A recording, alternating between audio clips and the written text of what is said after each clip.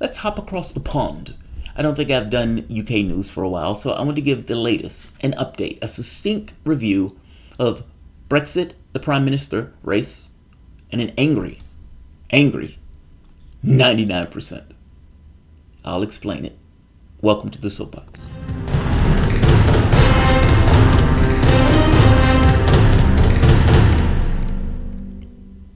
My name is Jamarl Thomas. This is the Progressive Soapbox. We could say Soapbox after dark because it is, after 10 something here.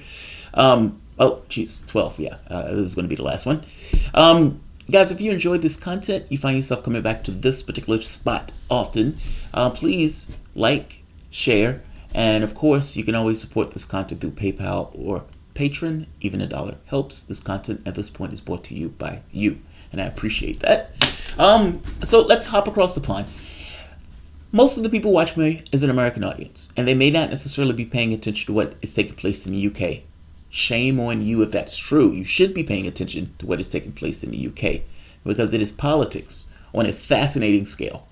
Not only are you dealing with the internal politics of the country itself, you're also dealing with external politics to the European Union, which is 27 other nations. So you're talking about, we don't have anything in comparison to what is taking place in the UK right now. All of this starts with David Cameron calling a Brexit vote. David Cameron only calls that Brexit vote because he believed he was going to win that Brexit vote. He lost that Brexit vote. Kind of like the Trump election. And there's plenty other parallels across the country, around the world. But in this case, David Cameron loses the Brexit vote. David Cameron resigns in a weak, wishy-washy, sad display at a dispatch box. Resigns as Prime Minister. There's a leadership race. Theresa May wins. Theresa May has one job, Brexit.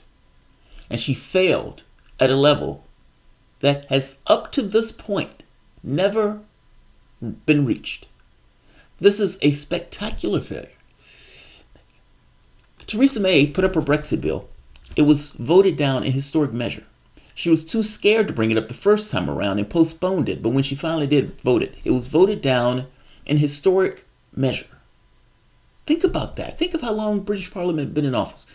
Voted down in historic numbers. Now, she brings it up again. Voted down again. Again, massive numbers. She tries to bring it a third time, and the Speaker of the House refuses to let her bring the same bill back, making a very, basic argument of, if Parliament is to have any weight at all, then that weight needs to be expounded in one vote. If you continuously brings the bill back over and over and over again, when it's very clear that there is no appetite for it in Parliament, then you undermine the value of the parliamentary vote. Burkow has a way of saying things that is magnificent. I fucking love the guy. But in this particular case, he has a really good point. So Theresa May tried to bring it one last time as a stripped down version to get across Burkow's ruling. Bam! Struck down again. Couldn't even get that part through. She failed magnificently at Brexit. It was extraordinarily clear that not only was the public against her, but her own party was against her, and she became a zombie prime minister where day after day after day, the question in the morning was, is this the day Theresa May will finally resign? There were calls for her to resign, and after European elections where the Brexit party ate their lunch, it was overwhelming. She has to go. People ringing her door, showing up at her place, trying to get meetings with her. She's waving them off. I don't want any meetings. I don't want any phone calls. I know what you want. You want me to leave. And finally, she bites the bullet and she leaves. Ignoble time as Prime Minister. Who's next? Boris Johnson. Hands down. Now, this is for a few points. I actually believe that of all of the people who are running, Boris Johnson is probably the best person to use as a weapon against the European Union if you are the UK and you're trying to get the best deal possible. The notion that you can say you're taking no deal off the table is nonsense. In what negotiation do you enter where you say, I am not leaving out here until you give me a deal, and lock the door? In which case they say, I'm going to give you the exact same deal that Theresa May had. The same deal that Jeremy Corbyn said there was no way he could take. Please tell me you see my issue. If Jeremy Corbyn won the election tomorrow and Jeremy Corbyn took no deal off the table and the European Union said we're going to give you the exact same deal we gave to Theresa May, what is Jeremy Corbyn going to do? Say no? He said leaving is not an option. I'm saying that's a nonsense proposition. At the very least, Boris gets that. Also, between Hunt and between Johnson, Boris has a certain charisma that Jeremy Hunt doesn't have. Jeremy Hunt has the charisma of a paper towel, a wet one at that. Boris Johnson, at the very least, takes space in a room. I don't like his policies. His policies are atrocious. And what he's going to do in regards to this kind of helter-skelter Brexit possibility, it's not necessarily something that I think anybody wants. Meaning, I don't necessarily think he wants a Brexit where he just pulls away without some kind of deal. However, that has to be on the table if you're ever going to get a deal. It's just kind of a negotiation thing. By the same token, I have no doubt he is a right-winger. Be very clear. Which means he wants to cut corporate tax. He wants to cut services to the bone. If you thought Theresa May was bad, Boris Johnson on this point is going to be worse. And guess what? The Tories love him. Do you realize that the Tory party, when they ask, would you want to leave the European Union, even if it means losing Ireland, they say yes. By large majority, Tories. Would you want to leave, even if that means Scotland decides to leave? They say yes. Boris Johnson's position of I am leaving on October the 31st come hell or high water, I don't care what I need to do so, is the position of the Tory party. They are okay with this, which is why they love the guy. And also, I said, he has a charisma about him. He will most likely win the Tory election. The Tory election is going to take place on Tuesday, July 23rd. There are 160,000 Tories. They're going to vote on whether Boris Johnson becomes prime minister of the entire country. There is a Tory election. The outcome of the Tory election will determine who's prime minister because Tories are in power. The prime minister is being changed just because of the leadership challenge that has taken place in regards to the Tory party. I hope that makes sense. They have a parliamentary system in the UK. They're not electing like we elect the president here in the United States. The person or the group, the party that has a governing majority is the party that leads. Meaning the prime minister is determined based on the party that has a governing majority. And in that case, that is currently the Tories. So even though there's a leadership challenge, the Tories are the only ones choosing who's going to win. And because the Tories are in power, the outcome of that choice will be the prime minister. What's the problem with this? What's the problem with this? One of these two men will be the prime minister of this country. 160,000 Tories are going to be the ones who choose who takes power in regards to leadership in the Tory party. The outcome of that leadership challenge will be the one that runs the country. They will be the prime minister. Jeremy Corbyn will be in opposition. The problem here is that you're allowing 160,000 people, Tories, to determine who A, leads the country, but who B, handles Brexit. If it was only who leads the country, that's one thing. But who handles Brexit, it's something else. Theresa May, when she got in office, called a snap election. She called the snap election because she thought she would be able to run the table on Jeremy Corbyn. Theresa May was wrong. She was not able to run the table on Jeremy Corbyn. In fact, Jeremy Corbyn rose. He rose like Batman coming out of the tunnel. And in doing so, ate into her governing majority, meaning she no longer had a ruling majority of Tories. And she needed to prop up her majority using a right-wing party, the DUP. Meaning at this point, it was the tail wagging the dog. If Theresa May ran afoul of the DUP, her government would collapse overnight. She could not run afoul of the DUP. Now, this is my point. By losing her governing majority in this way, Parliament is what it currently is. Labour has a large number of seats. Tories have a large number of seats, but they don't have a majority. The DUP is used to prop up the Tory party, and you have these other parties. Boris Johnson, if he wins, will have the exact same parliament that Theresa May had in that ill-gotten snap election where she lost her power. I hope you understand what I mean. Like, regardless of who wins in this election between these two men, and all of the bluster and everything else that Boris Johnson, we're leaving on the 31st, hell or high water, doesn't matter what happens, we're leaving on the 31st. Fair enough, October 31st. They have the same parliament that Theresa May had, the same parliament that voted her bill down continuously, the same parliament that even when they were left to their own devices could not come up with a plan that could get through parliament. And Boris Johnson is talking about a potential no-deal Brexit. How's this going to work? That's interesting. Here's the second part. 160,000 people in a country of 66 million is choosing their future relationship with the European Union, something that is going to have consequences that will go on for decades, and not just decades, that are going to have massive ramifications for the people in the UK itself. 160,000 right-wingers are determining for a country of 66 million people. There is a 99% in this population that is pissed off. If it was just a normal prime ministership challenge, that's one thing, but it's the magnitude of this challenge. Here's the catch. Those 99% should not be too pissed off for too long, because Parliament has nothing that can get through Parliament regardless of Boris Johnson or Hunt. Boris, regardless of whatever his bluster is, still is stuck with parliamentary rules, meaning the same parliament that could not get anything through, that continuously voted Theresa May's deal down, that regardless of how much she whipped for it and complained for it and yelled for it, still couldn't get it through, is now what he's going to inherit. Which means that he is most likely going to have an election. He doesn't have a choice. And he himself has said he will most likely have a general election in order to take down Corbyn and increase his numbers so he can have the Brexit that he wants to have. You should be pissed off. You should be flipping out over this, because you didn't elect Boris Johnson to handle Brexit.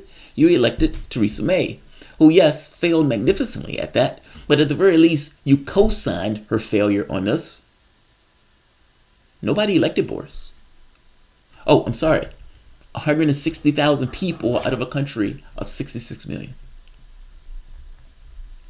Again, Boris, and I said months before he announced this, would be forced to have an election just based on the politics of it. If you're screaming that you're going to get out on October the 31st, you're not going to do it with that parliament, which means that you're going to have to run an election where you get the public of Britain to be on your side to give you somewhat of a mandate.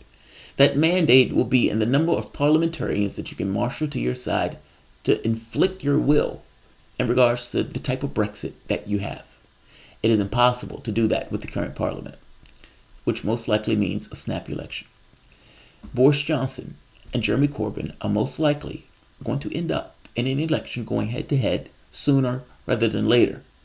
Another interesting point on this is that Tom Watson is being primaried by George Galloway. George Galloway is an amazing campaigner, and George Galloway has upset the Labour candidate once before when he ran as the Respect Party in Bradford. They were called into the Bradford Spring. So all of this is now taking place in the UK. The European Union has chimed in and says, we don't care who you elect as Prime Minister. The deal that you worked out under Theresa May is the deal. I'm going to get lunch. And they left it at that.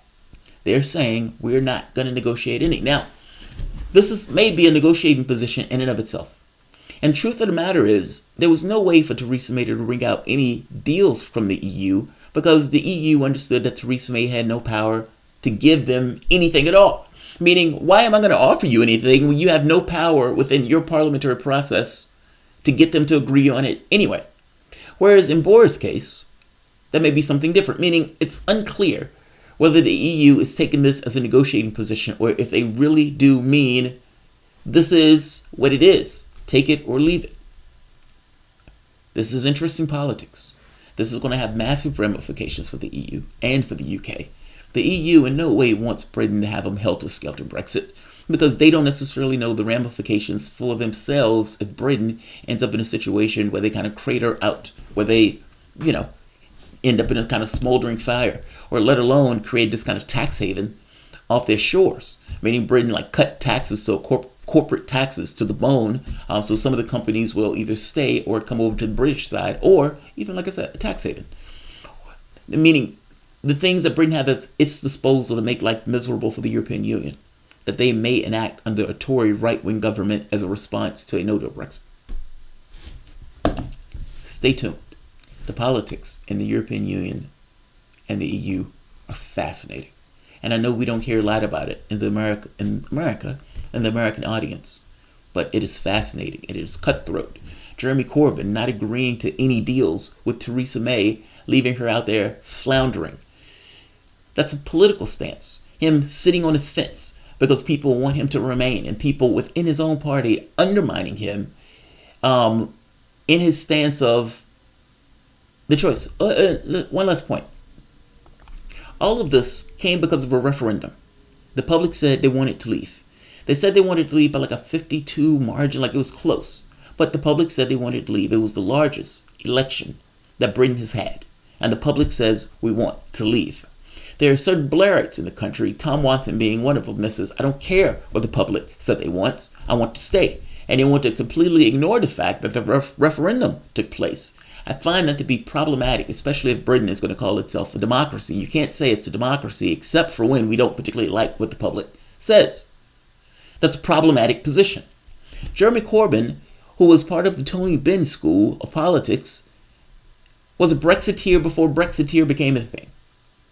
He was a Eurosceptic before Eurosceptic became a thing. The George Galloway school of thinking, meaning a left-leaning Eurosceptic, is a thing. Not all of these guys are right-wingers. The problem is there are certain political currents that force Jeremy Corbyn's hand. However, at the point where the election comes out and they say we're leaving, I would imagine a little part of Corbyn was like, yes! But that little part of Corbyn couldn't do that. That little part of Corbyn had to say, we're going to fulfill the obligations of the electorate. As if it is entirely the obligation of the electorate, or just the wants of the electorate and not a want of his own. The Remainers in the party are at his heels, and they are pushing him to ignore the fact that the referendum had taken place.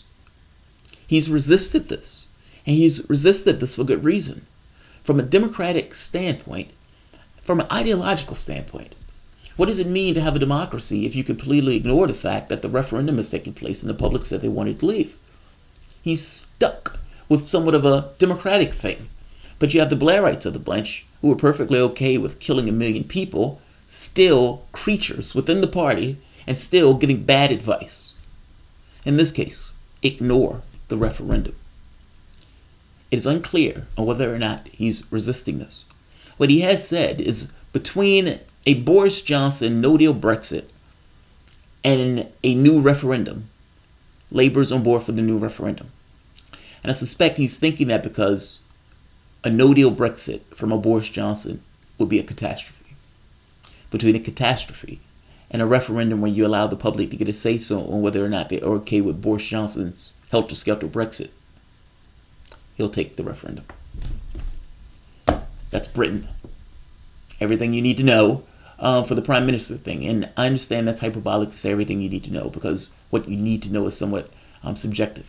But I guess within that subjectivity, there's a certain degree of truth that the information that I just presented is essentially British politics right now. It's utterly and entirely fascinating. Hopefully, I didn't take too long on this. What am I looking at? 18 minutes. That's not horrible. We've had 36 people here. Interesting. By the way, the 99% is pissed off because they're not getting an opportunity to participate in this.